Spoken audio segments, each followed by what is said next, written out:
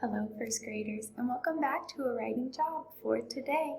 Today, we are going to brainstorm for a text that we are going to write about tomorrow.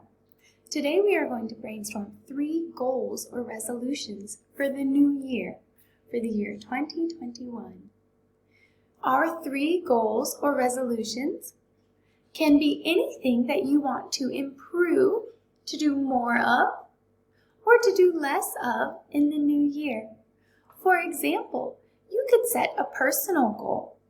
Maybe you want to be better in the new year about cleaning up your toys.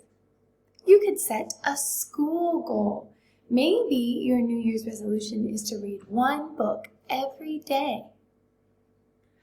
You can set a home goal or resolution. Maybe you'd like to help mom or dad out more this year, or wake up every morning and make your bed. What is something that you would like to do this year? Happy writing!